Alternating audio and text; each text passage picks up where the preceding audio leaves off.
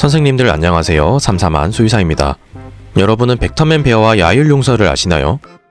지구용사 벡터맨 시리즈는 1990년대 후반에 방영한 특수 촬영물로 한국 특촬물 중에서는 손꼽히는 인기를 가지고 있었습니다. 그중 벡터맨 베어는 유도와 레슬링 기술을 이용하여 적을 제압하며 히어로들 중에서 힘이 가장 강하다고 알려져 있죠. 그렇다면 야율용서는 누구일까요? 야율용서는 거란 요나라의 6대 황제인 요 성종으로 요나라의 전성기를 이끈 성군이라고 알려져 있죠.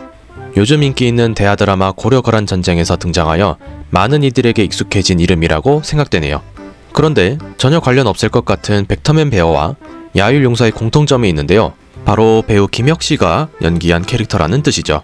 그래서 저는 생각해봤습니다. 벡터맨 베어의 능력을 가진 야율용서가 고려를 공격해왔다면 고려에게 역사가 어떻게 바뀌었을지 궁금해졌습니다. 과연 벡터맨 베어의 힘을 가진 야율용서가 고려를 침략했을 때 어떤 일이 벌어졌을지 추측해보도록 하겠습니다.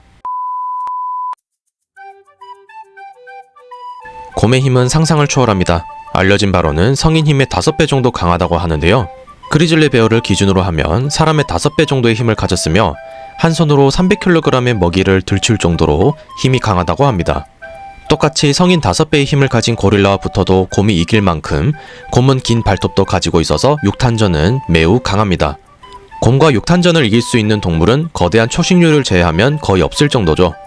만약 야율베어가 이러한 힘을 가졌으면 거란군은 사기가 하늘을 찔렀을 것 같습니다. 한 전쟁에서 황제의 출전으로도 엄청나게 사기가 오르는데 그런 황제가 선봉장에 앞서 적군 병사들을 종이처럼 날려버린다면 거란의 군사들은 그 황제를 믿고 목숨을 바쳐 싸울 것 같습니다.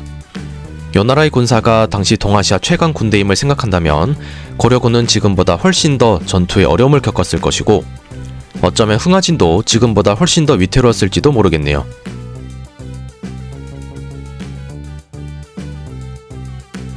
곰은 엄청난 식성을 가졌습니다만 먹을 것이 없는 겨울철에는 겨울잠을 선택하면서 칼로리 소모를 줄입니다. 그래서 별 다른 칼로리 섭취 없이 겨울을 이겨내는 것이죠. 심지어 곰은 근손실이 잘 일어나지 않는다는 점인데 이는 유전적으로 타고난 점이 있기 때문입니다. 곰은 단백질 산물인 아미노산 대사에 최적화되어 있는데 결과적으로 아미노산 대사가 끊임없이 일어나 아미노산을 활성화시켜 근육에 공급하게 되는데 덕분에 움직임이 없어도 근손실이 오지 않습니다. 야율베어는 보급이 조금 지연되어도 그 전에 먹어둔 음식량이 충분하다면 기근을 버텼을지도 모르겠네요. 다만 이는 본인만 해당되었을 것이므로 여전히 거란군의 보급 문제는 해결되지 않았을 것 같습니다. 밥을 먹지 않고 잘 버티는 황제를 보며 평소보다는 군사들이 잘 버티겠으나 여전히 고려와의 장기전은 매우 불리한 것은 변함없습니다.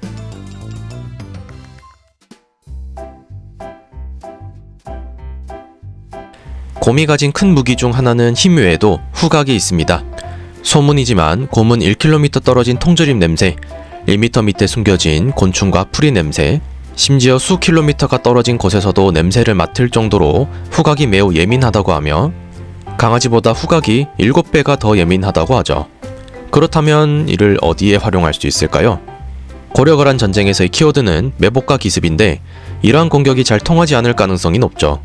산이 많고 골짜기가 많은 한반도 지형 특성상 매복과 기습이 많을 수밖에 없는데 매복을 하더라도 야율베어의 예민한 후각으로 이들의 존재를 수킬로미터 밖에서 알아차릴 수 있기 때문에 고려의 매복 공격을 사전에 알아차릴 가능성이 높아집니다. 그래서 고려군의 매복 공격은 힘을 잃을 가능성이 높으며 고려군이 오히려 역공을 당하며 피해를 볼 수도 있겠습니다.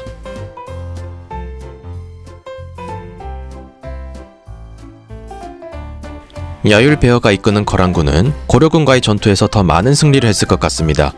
하지만 거란군은 뒤를 돌아보지 않고 개경으로 진격했기에 장기전은 불리한 것은 틀림없습니다. 비록 리더인 야율베어가 압도적인 힘을 가졌어도 전쟁은 결코 혼자 하는 것이 아니죠. 여전히 보급 문제는 거란군을 괴롭혔을 것이며 초반에는 유리하나 후반으로 갈수록 거란군은 불리해졌을 것입니다. 보급로가 막혀 거란군이 후퇴하는 결말은 야율용서나 야율베어가 이끌어도 비슷할 것 같습니다. 다만 고려군이 입을 피해는 지금보다 훨씬 더 심각할 것으로 보입니다. 야율베어가 산지가 많은 고려가 아니라 평지가 많은 송나라로 향했더라면 야율베어의 무쌍이 더 잘 발휘되었을 것이며 거란군이 송나라를 상대로 이겼을 것으로 보이네요. 지금까지 거란의 황제가 야율베어였다면 어떤 결론에 이를지 추측하였습니다. 비록 야율배어의 무쌍 덕분에 전투에서 수차례 승리를 했을 것이나 결국에는 보급의 문제로 고려를 정복하기에는 역시 힘들었을 것으로 판단됩니다. 앞으로도 고려고란 전쟁의 흥행과 벡터맨 베어 김혁 배우님의 흥행도 지켜보면 좋을 것 같습니다. 지금까지 시청해주셔서 감사하고 다음에도 재밌는 내용으로 찾아오겠습니다.